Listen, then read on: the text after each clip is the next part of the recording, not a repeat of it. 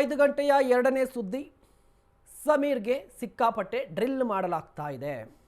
ಸದ್ಯ ಪೊಲೀಸರ ವಶದಲ್ಲಿರುವಂಥ ಪೊಲೀಸರ ವಿಚಾರಣೆಗೆ ಹಾಜರಾಗಿರುವಂಥ ಯೂಟ್ಯೂಬರ್ ಸಮೀರ್ಗೆ ಪ್ರಶ್ನೆಗಳ ಸುರಿಮಳೆ ಗೈತಾ ಇದ್ದಾರೆ. ಎರಡನೇ ಬಾರಿ ಇವತ್ತು ವಿಚಾರಣೆಗೆ ಹಾಜರಾದರು. ವಿಚಾರಣೆಯ ಸಂದರ್ಭದಲ್ಲಿ ಈಗ ಆದಾಯದ ಮೂಲವನ್ನು ಕೆದಕ್ತಾ ಇದ್ದಾರೆ. ಬರೋಬ್ಬರಿ 5 ಗಂಟೆಗಳಿಂದಲೂ ಕೂಡ ಯೂಟ್ಯೂಬರ್ ಸಮೀರ್ಗೆ ಪ್ರಶ್ನೆಯನ್ನು ಕೇಳಲಾಗ್ತಾ ಇದೆ.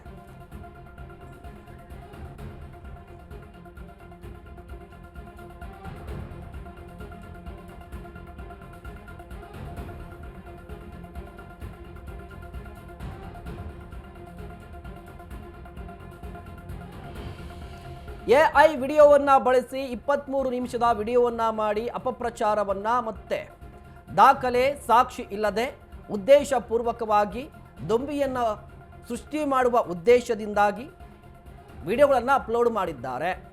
ಇದು ಆರೋಪ.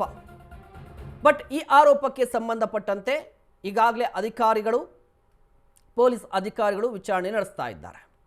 ಜಾಮೀನು ಸಿಕ್ಕಿದ್ರು ಕೂಡ ನಿನ್ನೆ ವಿಚಾರಣೆಗೆ ಹಾಜರಾಗಿದ್ದರು. ಸೊ ಇವತ್ತು ನೋಟಿಸ್ ಕೊಟ್ಟಿದ್ರು. ಇವತ್ತು ಕೂಡ ವಿಚಾರಣೆ ಆರಂಭವಾಗಿದೆ. ಬೆಳ್ತಂಗಡಿಯ ಪೊಲೀಸ್ ಠಾಣೆಯ ಇನ್ಸ್ಪೆಕ್ಟರ್ ನಾಗೇಶ್ರಿಂದ ವಿಚಾರಣೆ ಶುರುವಾಗಿದೆ.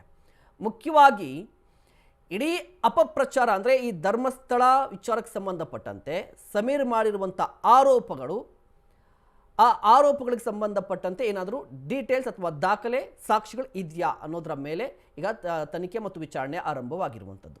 ಒಂದು ಕಡೆ ಆತ ಮಾಡಿರುವಂಥ ವಿಡಿಯೋಗಳಿಗೆ ಸಂಬಂಧಪಟ್ಟಂತೆ ಡಾಕ್ಯುಮೆಂಟ್ಸು, ಮತ್ತೊಂದು ಕಡೆ ಆತನಿಗೆ ಫಂಡಿಂಗ್ ಆಗ್ತಾ ಇತ್ತಾ,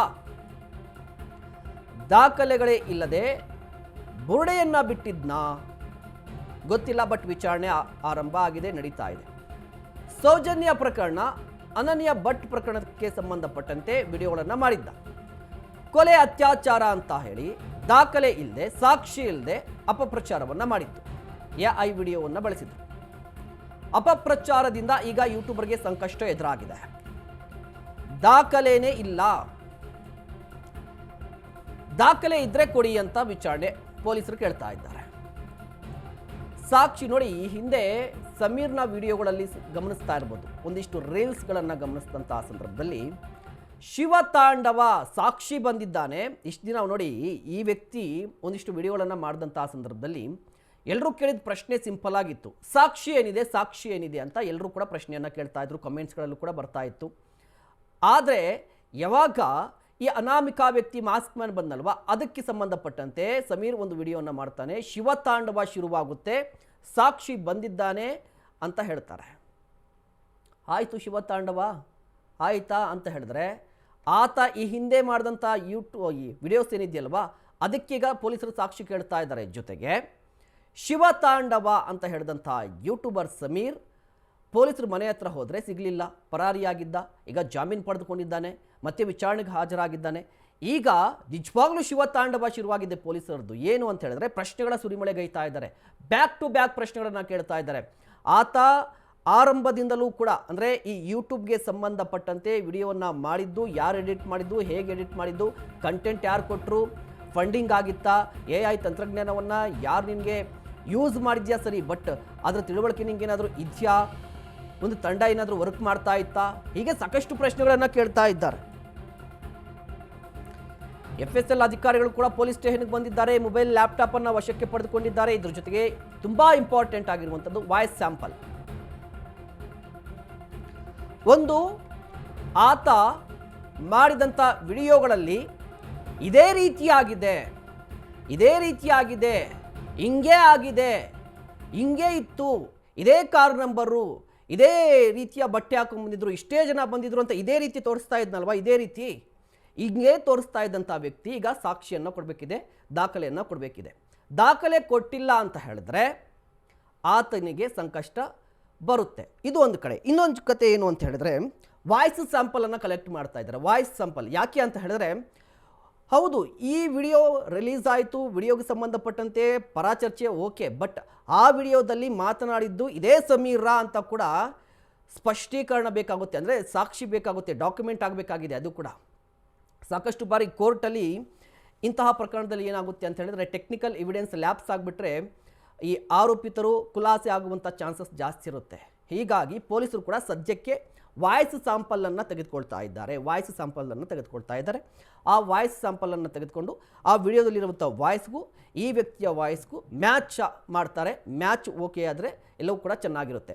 ಮ್ಯಾಚ್ ಆಗಲಿಲ್ಲ ಅಂತ ಹೇಳಿದ್ರೆ, ಈ ವಾಯ್ಸೇ ಆತನದ್ದಲ್ಲ ಅಂತ ಹೇಳಿದ್ರೆ, ಹಾಗಾದರೆ ಕಂಪ್ಲೀಟ್ ಷಡ್ಯಂತ್ರನೇನಾ? ಈ ಪ್ರಶ್ನೆಗಳು ಕೂಡ ಉದ್ಭವ ಆಗುತ್ತೆ. ಅದ್ರ ಬಗ್ಗೆ ಕೂಡ ತನಿಖೆ ನಡೀತಾ ಇದೆ. ಇನ್ನು ತುಂಬ ಇಂಪಾರ್ಟೆಂಟ್ ಆಗಿರುವಂಥದ್ದು ಏನು ಅಂತ ಹೇಳಿದ್ರೆ, ಈ ವ್ಯಕ್ತಿಯ ಧರ್ಮವನ್ನು ಉಲ್ಲೇಖಿಸಿ ಈತ ಮಾಡಿರೋದು ಅಪಪ್ರಚಾರ, ಇದರ ಜೊತೆಗೆ ಈತನಿಗೆ ಫಂಡಿಂಗ್ ಆಗ್ತಾ ಇದೆ ಅಂತ ಆರೋಪ ಇದೆ. ಫಂಡಿಂಗ್ ಅಂತ ಏಕಾಏಕಿಯಾಗಿ ಬಳ್ಳಾರಿಯಲ್ಲಿದ್ದಂತಹ ವ್ಯಕ್ತಿ ಬೆಂಗಳೂರಿಗೆ ಬರ್ತಾನೆ. ಬೆಂಗಳೂರಿಂದ ಧರ್ಮಸ್ಥಳದ ವಿಚಾರ, ಈ ಕನೆಕ್ಟ್ ಹೇಗೆ ಮಾಡೋದು? ಇದರ ಜೊತೆಗೆ ಈ ವಿಡಿಯೋಗಳನ್ನು ಮಾಡಿದ್ದಕ್ಕೆ ಏನಾದರೂ ಅಮೌಂಟ್ ಹೋಗಿದೆಯಾ? ಹೋಗಿದ್ರೆ ಎಷ್ಟು, ಯಾರು ಕೊಟ್ಟರು, ಯಾವ ಉದ್ದೇಶ ಏನು? ಈ ವಿಚಾರದಲ್ಲೂ ಕೂಡ ವಿಚಾರಣೆ ಆರಂಭವಾಗಿದೆ. ಯೂಟ್ಯೂಬರ್ ಸಮೀರ್ಗೆ ಖಜಾನೆ ಅಂದರೆ ಆತನ ಬ್ಯಾಂಕ್ ಡೀಟೇಲ್ಸನ್ನು ಕಲೆಕ್ಟ್ ಮಾಡ್ತಾ ಇದ್ದಾರೆ. ಆದಾಯದ ದಾಖಲೆ, ಯೂಟ್ಯೂಬ್ನಿಂದ ಹಣ ಬರುತ್ತಪ್ಪ, ಸರಿ. ಆ ಹಣ ಯಾವ ಖಾತೆಗೆ ಹೋಗ್ತಿತ್ತು ನೋಡಿ. ಯೂಟ್ಯೂಬ್ ಬಗ್ಗೆ ಒಂದಿಷ್ಟು ಜ್ಞಾನ ಇರುವಂತಹ ಯಾರಿಗೇ ಆದರೂ ಕೂಡ ಸಮೀರ್ ಅವರ ವಿಡಿಯೋಗಳನ್ನು ನೋಡಿದಂತಹ ಸಂದರ್ಭದಲ್ಲಿ, ಆ ವಿಡಿಯೋ ಟ್ರೆಂಡಿಂಗ್ ಆದಂತಹ ಸಂದರ್ಭದಲ್ಲಿ, ಅದೇ ರೀತಿಯಾಗಿ ವ್ಯೂಸ್ವನ್ನು ಪಡೆದುಕೊಂಡ್ರೆ ಎಷ್ಟು ಅಮೌಂಟ್ ಬರುತ್ತೆ, ಎಷ್ಟು ಅಮೌಂಟ್ ಬಂದಿರಬಹುದು ಅಥವಾ ಅಟ್ಲೀಸ್ಟ್ ನಾಲೆಡ್ಜ್ ಇರುತ್ತೆ, ಎಷ್ಟು ಅಮೌಂಟ್ ಬಂದಿರುತ್ತೆ ಒಂದೊಂದು ವಿಡಿಯೋಗೆ ಅಂತ ಹೇಳಿ. ಹಾಗಾದರೆ ಆ ಅಮೌಂಟ್ ಇದೆಯಲ್ವಾ, ಡಾಲರ್ಸ್ ಲೆಕ್ಕದಲ್ಲಿ ಬರುವಂಥ ಆ ಅಮೌಂಟ್ ಯಾವ ಖಾತೆಗೆ ಹೋಗ್ತಾ ಇತ್ತು, ಆ ಖಾತೆ ಈತನದ್ದೇ ಆಗಿತ್ತಾ? ಇದ್ರ ಜೊತೆಗೆ ಅದೇ ಖಾತೆಗೆ ಹಣ ಹೋಗ್ತಾ ಇದ್ದರೆ ಸರಿ, ಓಕೆ, ಅದಕ್ಕೆ ಡಾಕ್ಯುಮೆಂಟ್ಸ್ ಇರುತ್ತೆ, ಇದೇ ಇಷ್ಟು ಅಮೌಂಟ್ ಇಲ್ಲಿಂದನೇ ಬಂದಿದೆ ಅಂತ ಗೊತ್ತಾಗುತ್ತೆ.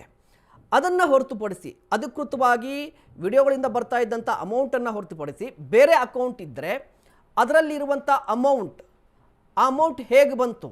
ಏನಾದರೂ ವ್ಯವಹಾರವನ್ನು ಮಾಡ್ತಾ ಇದ್ನಾ, ಕೃಷಿ ಮಾಡ್ತಾ ಇದ್ನಾ, ಹೋಟೆಲ್ ಇತ್ತಾ, ವ್ಯಾಪಾರ ವಹಿವಾಟು ಏನಾದರೂ ಇತ್ತಾ? ಇದ್ದರೆ ಆ ರೀತಿಯಾಗಿ ಏನಾದರೂ ಅಮೌಂಟ್ ಬಂದಿದ್ದರೆ ಅದಕ್ಕೆ ಡಾಕ್ಯುಮೆಂಟ್ಸ್ ಇದೆಯಾ?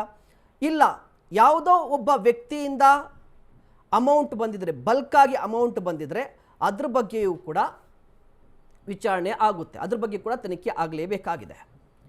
ಬಟ್ ಸದ್ಯಕ್ಕೆ ವಿಚಾರಣೆ ಆರಂಭ ಆಗಿದೆ. ನಿನ್ನೆ 1 ಗಂಟೆಯಿಂದ ವಿಚಾರಣೆ ಆರಂಭವಾಗಿತ್ತು. ಸಂಜೆ 5 ಗಂಟೆ 6 ಗಂಟೆವರೆಗೂ ಕೂಡ ವಿಚಾರಣೆ ನಡೆದಿತ್ತು. ಇವತ್ತು ಅದೇ ರೀತಿಯಾಗಿ ವಿಚಾರಣೆ ಆರಂಭವಾಗಿದೆ. ಮೇ ಬಿ ನೋಟಿಸ್ ಕೊಟ್ಟರೆ ನಾಳೆ ಕೂಡ ವಿಚಾರಣೆಗೆ ಹಾಜರಾಗಬೇಕಾಗುತ್ತೆ.